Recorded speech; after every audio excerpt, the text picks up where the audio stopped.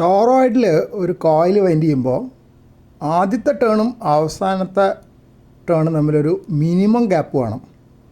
അതിപ്പോൾ ടോറോയിഡിൽ വേണേൽ ഫുൾ വട്ടത്തിൽ ചുറ്റാൻ പറ്റും 360 ഡിഗ്രി, പക്ഷെ അങ്ങനെ ചെയ്യാൻ പാടില്ല.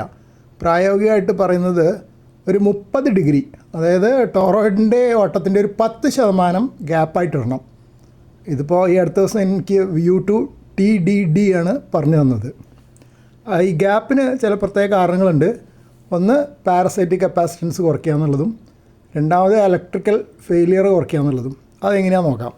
ഇപ്പം നമ്മൾ ആദ്യത്തെ ടേണോ അവസാനത്തെ ടേണോ അടുത്തടുത്ത് വരികയാണെങ്കിൽ അത് രണ്ടും തമ്മിലുള്ള വോൾട്ടേജ് ഡിഫറൻസ് വളരെ കൂടുതലാണ്. ഹോൾ കോയിലുള്ള വോൾട്ടേജ് ഡിഫറൻസ് ആ രണ്ട് ടേൺസ് തമ്മിലുണ്ടാവും.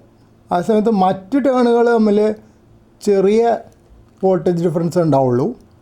ഒരു 10 ടേണിലാണെങ്കിൽ മൊത്തം വോൾട്ടേജിൻ്റെ 10-1 വരുള്ളൂ. അതേസമയത്ത് ലാസ്റ്റ് ടേണിൽ ഫസ്റ്റ് ടേണും അടുത്തടുത്താണെങ്കിൽ ഫുൾ വോൾട്ടേജ് അതിൻ്റെ ഇടയിൽ വരും. അപ്പോൾ അവിടെ കൂടുതൽ കപ്പാസിറ്റൻസ് വരുന്ന കൊണ്ട് സെൽഫ് റെസണൻസ് വരുന്നുണ്ട്. അപ്പോൾ സെൽഫ് റെസണൻസ് വരുമ്പോൾ ഹയർ ഫ്രീക്വൻസിയിൽ ഇൻഡക്ടർ ഒരു കപ്പാസിറ്റർ പോലെ ആക്ട് ചെയ്യും. അപ്പോൾ ആ ഇൻഡക്റ്റൻസിൻ്റെ ഉപയോഗമില്ലാണ്ടാവും. പിന്നെ ആർക്കിങ്ങിൻ്റെ ഒരു പ്രശ്നമുണ്ട്. അതായത് നമ്മളിപ്പോൾ ഒരു ട്രാൻസ്ഫോമർ വൈൻഡ് ചെയ്യുമ്പോൾ അല്ലെങ്കിൽ ഇൻഡക്ടർ വൈൻഡ് ചെയ്യുമ്പോൾ അതിൻ്റെ കോയിലിൻ്റെ ഓരോ ടേണും തമ്മിലുള്ള പ്രധാനമായിട്ടുള്ള അതിൻ്റെ എനാമലാണല്ലോ അതിൻ്റെ ഇൻസുലേഷൻ.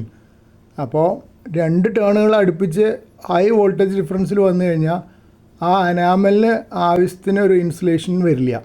അപ്പോൾ വോൾട്ടേജ് ഡിഫറൻസ് കൂടുമ്പോൾ അത് ബ്രേക്ക് ഡൗൺ ചെയ്യാൻ സാധ്യതയുണ്ട്. സാധാരണ ടേണുകൾ തമ്മിൽ അത്ര വോൾട്ടേജ് ഡിഫറൻസ് ഉണ്ടാവില്ല. അവസാനത്തെ ആദ്യത്തെ ആകുമ്പോൾ ഫുൾ വോൾട്ടേജ് അതിൽ വരും. അപ്പോൾ അവിടെ ആർക്കിങ് വരാനുള്ള സാധ്യതയുണ്ട്. പ്രത്യേകിച്ച് വൈൻഡ് ചെയ്യണ സമയത്ത് എനാമൽ സ്ക്രാച്ചായി പോയിട്ടുണ്ടെങ്കിൽ ഈ സാധ്യത വളരെ കൂടുതലുണ്ട്.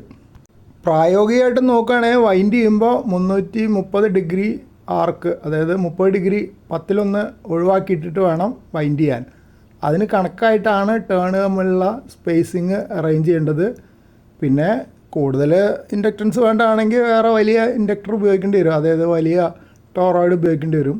ചെറിയ ടോറോയിഡിൽ ആവശ്യത്തിന് ടേൺസ് പറ്റുന്നില്ലെങ്കിൽ, ടേൺസ് വളരെ അടുത്തടുത്തായാൽ ടേൺ കപ്പാസിറ്റൻസ് കൂടുന്ന നേരത്തെ പറഞ്ഞല്ലോ. അപ്പോൾ സെൽഫ് റെസൊണൻസ് വരാനുള്ള സാധ്യത കൂടുതലുണ്ടാവും. സെൽഫ് റെസൊണൻസ് വരുമ്പോൾ ഇൻഡക്ടർ ഹയർ ഫ്രീക്വൻസിയിൽ കപ്പാസിറ്റർ പോലെ ആക്ട് ചെയ്യാമെന്നും പറഞ്ഞല്ലോ. അപ്പോൾ ഇതൊരു പ്രായോഗിക നിർദ്ദേശമാണ്.